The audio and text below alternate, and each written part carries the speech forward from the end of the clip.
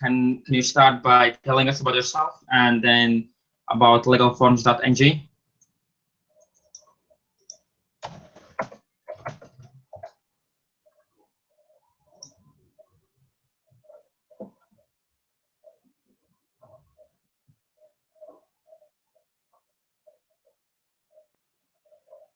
Hi, can you hear me?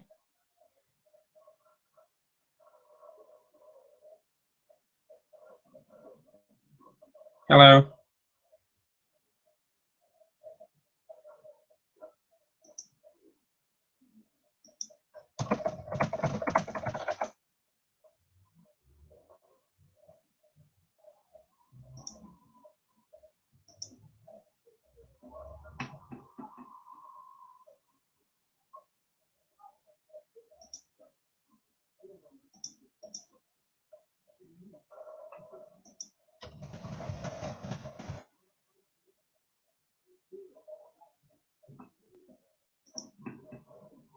Okay, so Sadiq seems to have an issue with the connection and he shall be back soon. Give it a couple of minutes.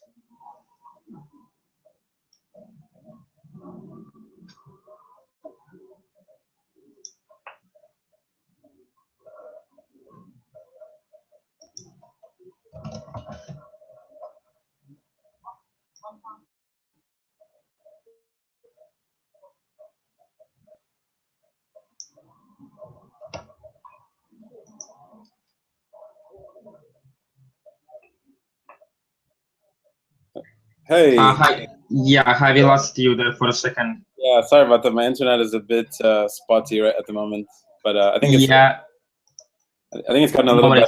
Hopefully, let's try this again. Yeah, so we're live now. Yes. So okay. Can you just start by telling us a bit about yourself, your background, and then a bit about legalforms.ng? Okay. So my name is Sadiq Okocha. I have an engineering background. I studied petroleum engineering at the undergraduate level. After that, I worked for a few years in finance here in Lagos, Nigeria. After which I decided to go back to school and get my my master's in engineering management. And so it was, I guess it was during that time, after sort of finishing the coursework and before graduation, I had some time on my hands. Oh, hello? Yes, hi. Yeah, hi. Can you hear me? Yes, we can hear you. That message I sent you before. Okay. So I guess it was during the time in between where I got my master's and or before I completed the coursework for the master's, and before graduation I had some time on my hands. I was in London, and that's when I decided to learn how to code. So I did one of those coding boot camps. This one is called General Assembly, out in Shoreditch in London, and so that was a great experience, and I decided that I would learn how to code myself so I can build sort of my own dream. I can build whatever I wanted to build without having to spend a lot of money and without having to rely on other people. And I think one of the great things about knowing how to build yourself is that you can make changes every day. On my side, for example, I tweak it maybe a couple of times a day. Maybe I see something that I don't like, or maybe a customer responded to something in a certain way. I'm like, oh, okay. I could just tweak it and I could just make it just a little bit better for them, so that going forward, it would be the ideal product. Hopefully it improves just a little bit every day. And if that happens, if you can improve a little bit every day, a year from now, you can make huge strides, hopefully. Yeah, and then how did you sorry, there's echo. Sorry? Yeah, there is echo. Okay. It's not anymore. Okay, yeah. So how do you come up with the legalforms.ng idea? Okay.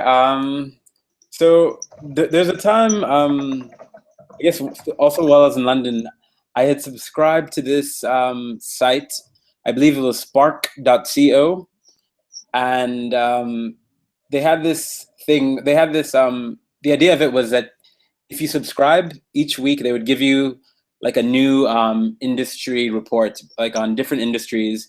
So it was like, so basically like it was almost an encouragement to dive into a certain industry. So like one week it was maybe mobile money, another week it was like fitness gyms and everything, and on another week it was the legal industry. And so it had all sorts of interesting facts on the legal industry globally on a worldwide scale. Some of the facts was that it's one of the most profitable industries in the world. Generally, it has a 19% profit margin from year to year, and yeah, and so I just read that and I thought, oh wow, it's very cool. Of course I'd heard of the counterparts in the Americas, such as LegalZoom, and I thought it'd be really cool if I could bring that model and tweak it a little bit and bring it back to Nigeria and hopefully West Africa and Africa. And I think the great thing about it is that the legal industry, it's so different from country to country. So if I could be doing this in Nigeria, another person could be doing it in Ghana, and it would be hard for me to move it on their territory, and it would be hard for them to move it on my territory. So that's one of the things that really attracted me. There's almost like a protection wall in this sort of industry. It's not something like Uber where you can just, I know it's not as easy as this, but it's not like Uber where you can just build one app and just send it out to 180 countries at once. No, you have to really understand the laws and the processes and the pains, and you really have to get in the mind of the customer for each different locality. So that's what really started drawing me to that area. And then I guess being an entrepreneur myself, I have a lot of entrepreneur-minded friends, and I've always heard them complain about how hard it is to start a business and the pain they have to go through and the hoops they have to jump through, the people they have to bribe. And I was like, oh wow, okay, there's potentially an opportunity here. So I guess I'll see what it's about. Yeah. So it sounds like. Sorry, there's echo. I can hear myself back. No, for me it's fine. Okay, maybe it's oh yeah, it's fine now. So yeah, it seems like there are like massive entry barriers into the market. So it's sort of a good opportunity, but also for the local market, for which Nigeria is quite massive, of course. Yeah. So then, so what kind of what's the back-end process? So someone wants to start a company in Nigeria. How do they actually go for it? How do they use the website? Yeah. Okay, so I'll start by saying this. So there's, for the most part, most people want to register one of three types of companies. This is what we've learned from dealing with our customers so far. The most popular is a private limited company. And this is just, it always ends in limited. That's how you know it's a private limited company. Another one is a business name, which is almost like a private limited company, but it's a bit cheaper to register, and you don't quite have the same protections as a private limited company. So we always drive people to go for the private limited company. And then the third option that some people have been asking about is it's called the incorporated trustees. Now this is for so this is the route you would take if you're an NGO, or maybe you want to start a church, which is, believe me, that's actually a very, very popular inquiry, because we have a lot of people in Nigeria wanting to start churches. Understandably, it could be a very let me not say this, but it can be lucrative. But that's another discussion for another day. So yeah, so we do have a lot of people going in that direction. And so anyway, so the first step would be the name of availability search. Now, in the name availability search, this is where you say, okay, there's two names that I like. Let's see if any of them are available. So if it's too similar to another name, then it'll be declined. But if it's the more different, the more unique it is, the more likely it is to be approved by the Corporate Affairs Commission.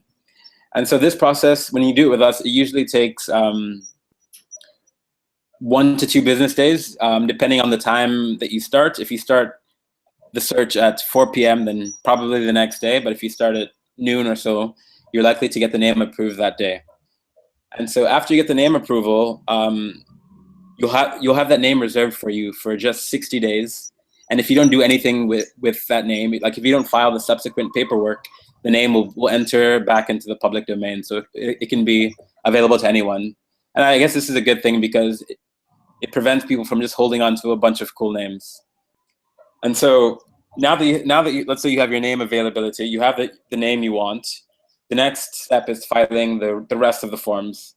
And now that varies slightly from whether you wanted to do a private limited company, whether you want to do a business name, or whether you want to do an incorporated trustee. And I'm just going to go talk about the private limited company, because that's really the most overwhelmingly popular decision. So on our site, we have a list. Basically, we have a list of forms on the Legal Forms website, and they are structured in the form of a questionnaire. So we really try to guide you through the process. So it's with us, it's almost impossible for you to make a mistake. There's a lot of checking we do. We're guiding you through the steps. We're asking you the appropriate questions so we can get the appropriate answers out of you. Because believe it or not, I'm actually not a lawyer, so I learned this process by registering my own company, and I think I'm able to look at it from a layman's perspective, and it allows me to question each step, like, oh, what does this mean? Maybe a lawyer would understand that term, but I'm not a lawyer, so I wouldn't understand that term. And I know most of you are probably not lawyers, so I'm trying to put everything in plain English for you in these questionnaires. And so after you complete the questionnaires, it'll give you a link. There's a series of about 6 or 7 questionnaires, and when you complete one, it'll give you a link to the next one to complete in a certain order. And by the end of it, you're gonna probably have, we also allow you to sign electronically, because I mean, I think this is a very important thing, because you might be in Nigeria, but your partner might be in London, or the person you want to be your company secretary might be in the United States. So having the electronic process is very, very essential. And so once we get all the paperwork, we're going to do a check to make sure everything is in order. This takes just a few minutes, 5-10 minutes, because like I said, most times the paperwork is in very, very good order. Then we print it off. We have a partner in Abuja that we work very closely to, which is the nation's capital. That's also the headquarters of the Corporate Affairs Commission, where we file. And we set it up that way because it's just quicker. Lagos is almost like the business center, while Abuja is more like the filing and government relations center. And so once we file the paperwork, and we get it back to you in about, usually it takes about 3 weeks.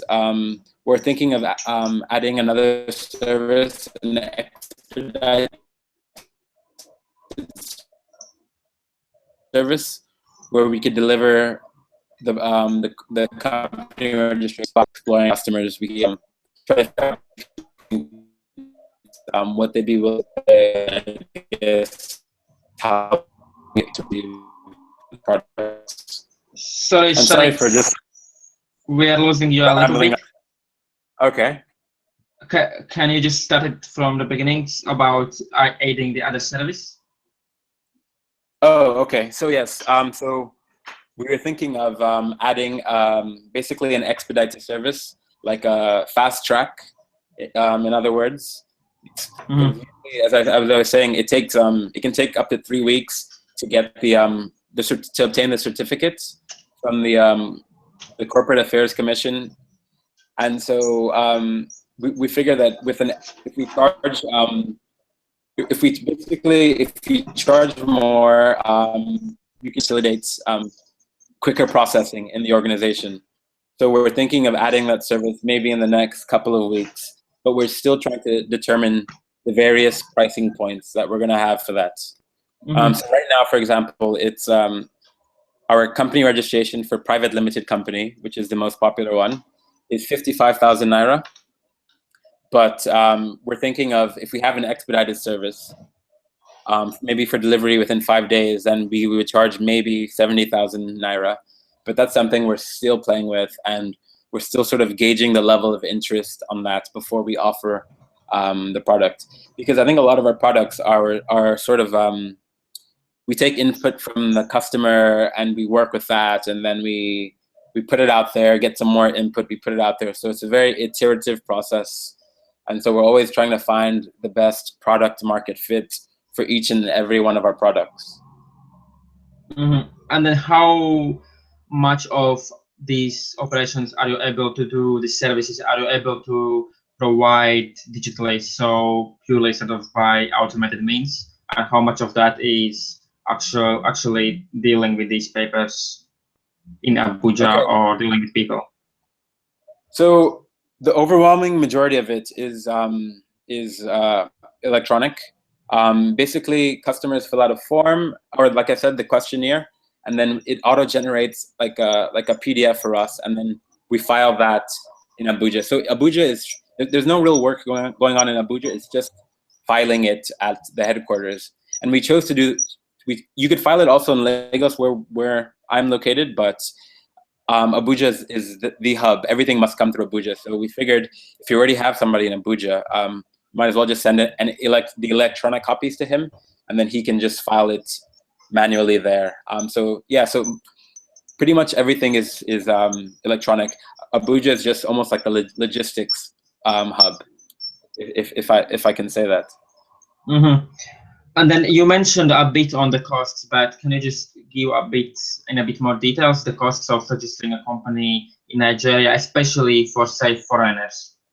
Okay, so so far we've only provided the service to people located within Nigeria, although we've had certainly from interest from random places like London, Ukraine, and such, to Nigerians located in those areas. So for delivery within Nigeria, for our most basic plan, it's 55,000 naira, but it's subject to increase based on add-ons. For example, some companies require, people might want a higher share capital. I'll start by saying this: 1 million naira is the minimum share capital, and that's 55,000 naira. And if you want more share capital, you pay for each additional million in share capital. So if you wanted, let's say, 2 million naira share capital, you would pay something like 62,000 naira, 62,500 naira. So with each million share capital, we charge another 7,500 naira. And so yeah, so it's a very, our product, I would say we have variable products, and it really depends on your needs. We also have various packages. So we have a package that's only the company registration. We have another package that has, if you need a trademark and a copyright. We have another package that has everything that comes before it, with maybe business cards, letterheaded paper, etc. So we're really trying to offer the complete solution for company registration. We want to almost make it like, like McDonald's or something. You go there, you get your package, and you leave, and you have everything you need to start your own business. That's the idea right now with where we're trying to go with legal forms. But in the future, we're constantly getting new requests from customers like, oh, you should add this, you should add this. So we're looking into other forms of registration. Because if you know from the name, it's legalforms.ng. It's not companyregistration.ng. So there's other registration processes we're looking at. For example, maybe like immigration, if you need to get a certain visa or something, we're looking into all those areas. We just want it to be the hub of everything, sort of all sorts of forms, all sorts of registrations you need to do within Nigeria. And then can you tell us a little bit about the sort of the legal framework, especially for startups? So things like giving sweat equity, issuing shares, all these things. How much do these things differ from the sort of the common legal framework seen in West versus Nigeria? Okay, so I guess so. We spoke briefly on this. So we haven't sort of started doing like working with startups in that capacity where they want to offer equity. But I mean, that's certainly a service we could offer like going forward. But we already have, so basically there's a couple of forms you need to do when you want to assign share capital to someone. And we actually already have those forms on the website, but we just haven't added sort of a price to that yet. So because we haven't had any interest yet. But there's, for example, there's this form called there are these two forms that you'd have to get changed. One of them is a statement of share capital, maybe if you want to add additional shares. And the other is the memorandum of association, which basically lists all the shareholders and how much share capital each of them has. So we could definitely provide like a blog post write up on that if you guys would like to know more, but it's not a service we currently offer at the moment, but it's not something that would be terribly hard for us to offer either. So we already have the sort of the capabilities to provide it and everything, and it would probably take a couple of weeks to deliver that service if there was sufficient interest from, I guess, the community, the startup community. Because like I said, we're offering a lot of our services on a need basis.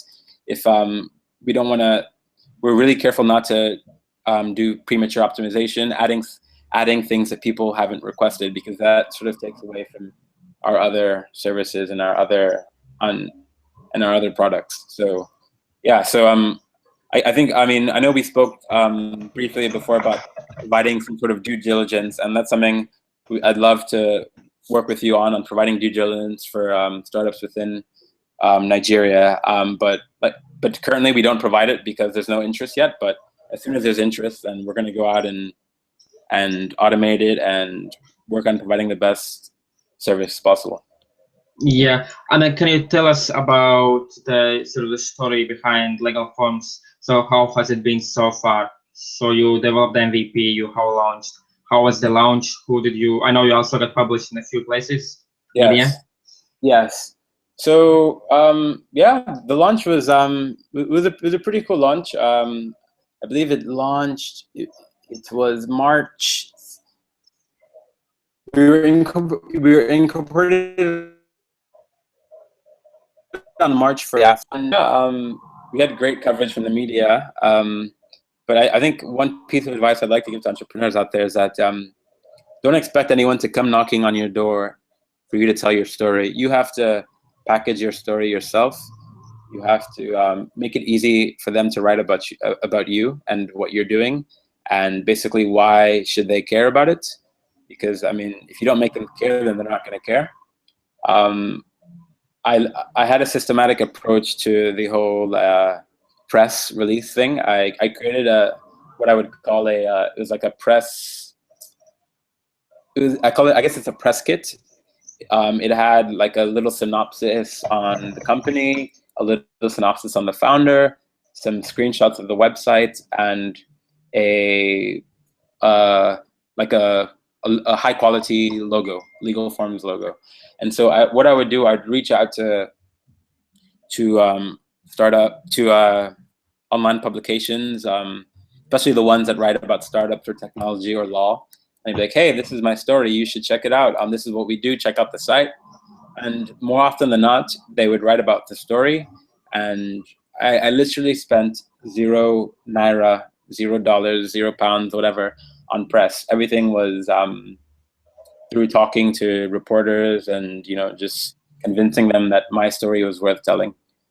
And I guess the main reason why I was so adamant, especially in the beginning, about getting the press was not necessarily to for people to find me. It was more so that if people Google like, oh, I've heard about this Legal Forms. What is this Legal Forms? And they Google it, then they can see, oh, okay, it's been covered in this publication that's well respected. It's been covered in Ventures Africa. It's been covered to How We Made It in Africa. These very respected startup-y types of blogs. And so yeah, so that was the release in terms of the press. And then initially, in terms of the technology side, it was initially very tough, because when you build a product, in your mind it's perfect. It's a perfect product because it meets all your specifications. But as you give it to other people to say, oh, this is what I built, try it out, some people have no idea what you've built. Some people don't know how to use it, even though it's so intuitive to you. People were like, what the hell is this?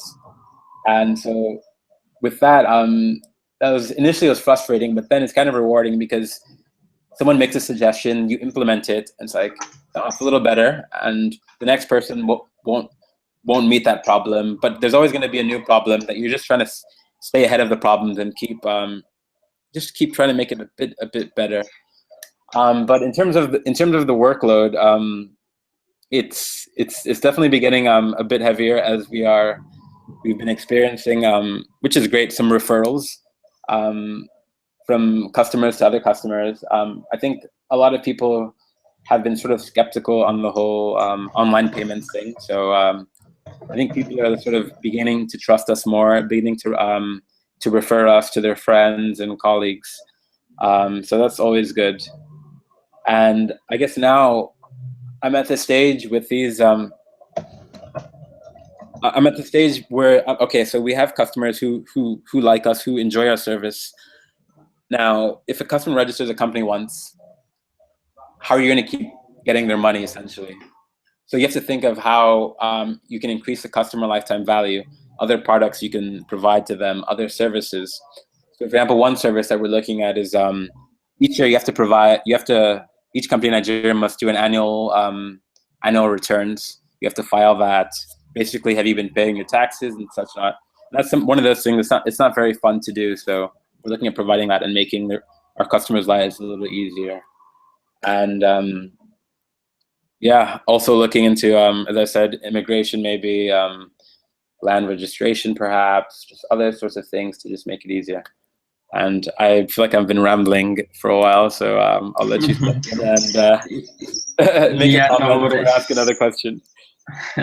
So, I mean, it sounds like that was all that you invested in marketing, just, getting it out in the media, and that's it, or did you also push it out with other marketing tactics and methods? Primarily, that's it. We do maintain Facebook and Twitter pages, and Facebook, Twitter, and Google+. To be honest, I think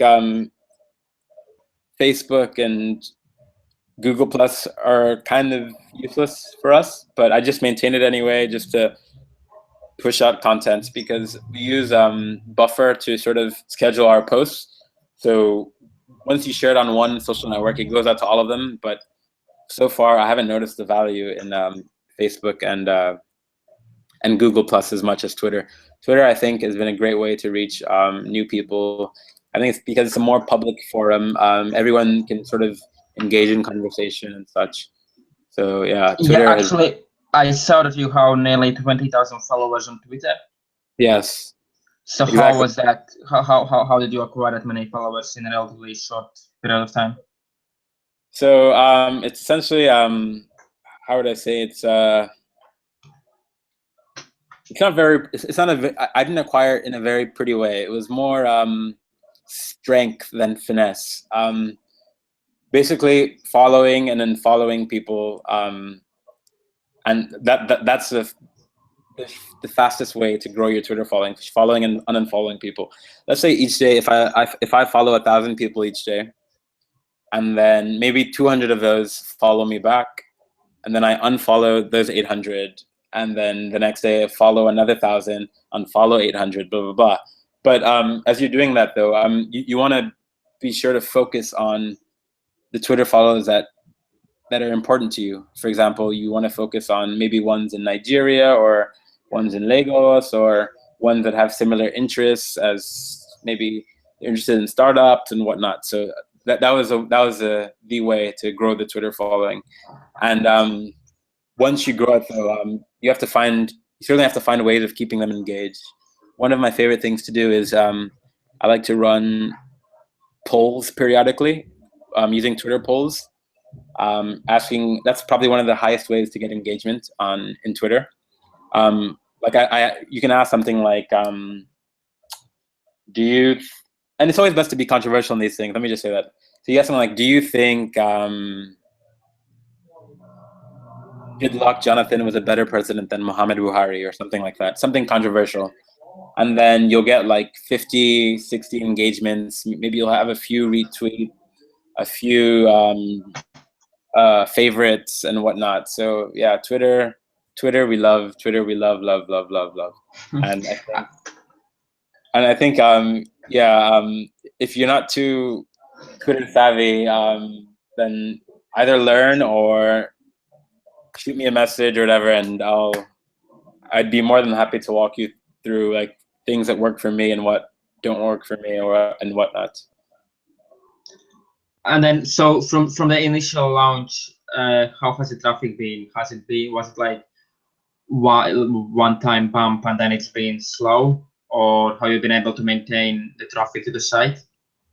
Yeah, so initially we saw like sort of a spike, we do still see a spike with each sort of publication, but I feel like I'm at the stage where I'm not too concerned as much with outside publication, more so with our own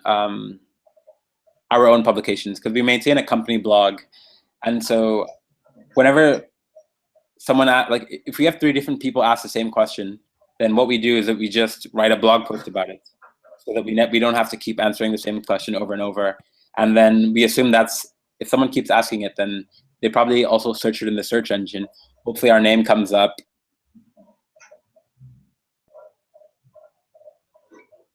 Sort of thing. So we're not too focused on getting published from an exterior standpoint. Although we also do maintain a guest blogging. We guest blog for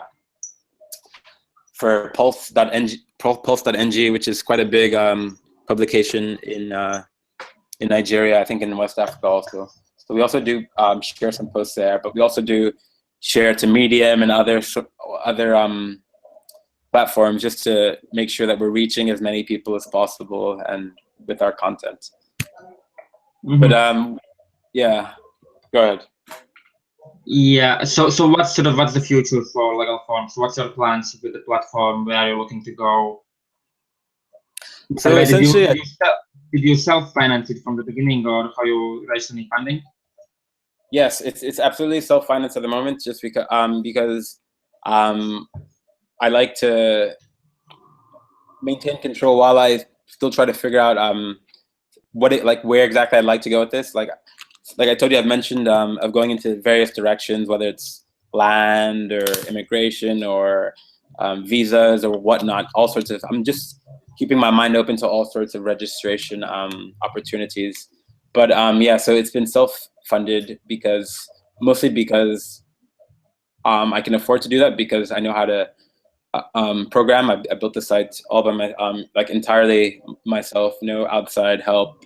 I did the logo design, everything, just because I felt like I had the tools to do it. So yeah, so that might be something that I look forward to in the future. But even then, in terms of looking for financing, I'm not entirely sure, because at this moment, like, I'm not super sure what I would do with a cash injection. Would I pump it into advertisements? And even then, would that be the best way to spend the money, or would it be best to sort of seek out new opportunities? Or so I'm still sort of finding my feet in that sense on what, just prioritizing my efforts, I guess, and really maximizing my efforts. Mm-hmm. And I'd like to be able to do that before I take on any money from anyone. So, by the way, one more thing. So you mentioned that your background is in finance. So do you find it easy to transfer from finance to engineering to coding? Like, was it like a natural switch in between, or not really? So I mean, I studied petroleum engineering, so we had a bit of coding back then. It wasn't quite as extensive as what I do now, but we did have some coding in our classes and everything. So it wasn't a terribly tough transition to go from that to learning how to code. I think it was quite a smooth transition for me, because I like solving puzzles. I like the idea of I like math. I like solving puzzles. I like figuring things out on your own, and just the sort of satisfaction that comes with that. So it wasn't a terribly tough transition for anyone who's thinking of building their own websites or whatnot. I guess I would say this: if you're thinking about building your own website, chances are what you need is already available to you in some sort of a package.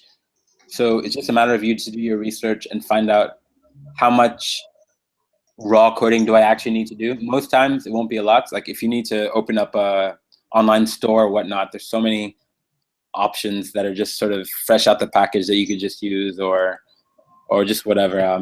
It's really, I think we've really come a long way in terms of what's available to the non-coder. So that's something I didn't realize before I knew how to code, but I do realize that now.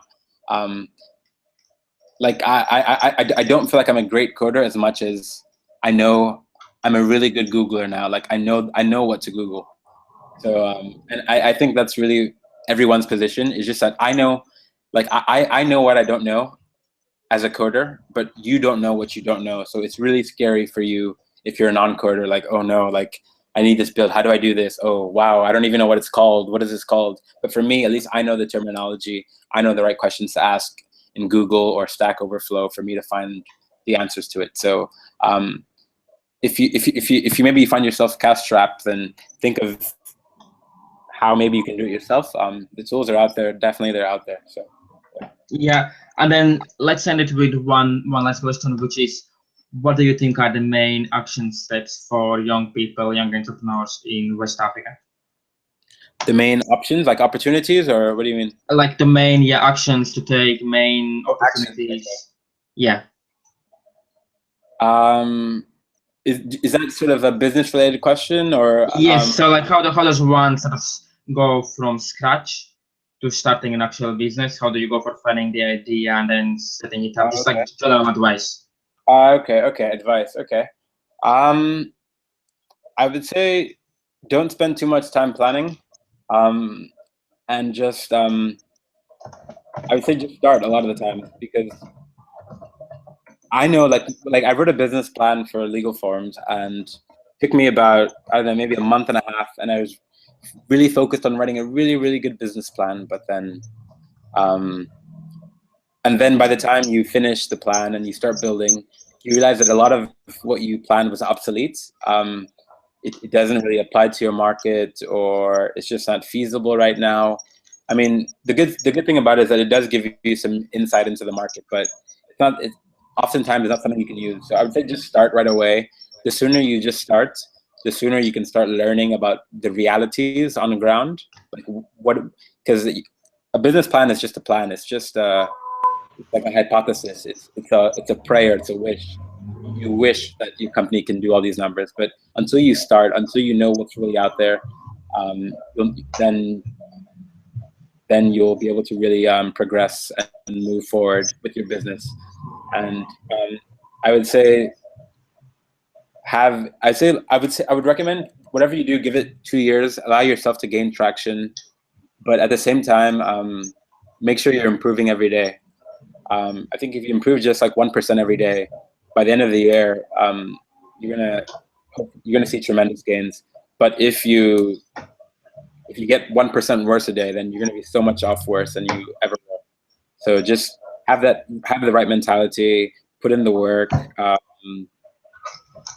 network, meet people, and yeah, I think the right attitude really goes a long way. And I'd like to say just one more thing in closing. Don't get too attached to this idea in the media or in the tech media that billion-dollar companies, blah blah blah blah blah. Sure, I mean, it'd be nice to have a billion-dollar company, but there's many more $100 million companies, and even larger than that, there's many more $10 million companies, and so on and so forth. So I mean, don't focus on the. I mean, we can all strive for the billion-dollar company, but there's still a lot of opportunity in between 0 to $1 billion. So I'd say just keep that in mind, and don't get discouraged. It's easy to get discouraged, especially here in Nigeria, where things can move kind of slowly. Better if you have a founder, someone to motivate you to keep you going. Yeah, and those are my words of wisdom, I guess. And then how does one contact you? My email address is sadiq.okocha, SADIQ.OKOCHA @legalforms.ng. Legal Forms is or sorry, legalforms.ng. Yeah. Legalforms.ng. Yeah. Okay. Well, thank you. Thank you for having me, Bertrams. And in the future, if I'd love to be on another one of your discussions, or if you want to do a panel thing or anything, I'd be more than happy to help you out. And I hope to hear from you regarding the due diligence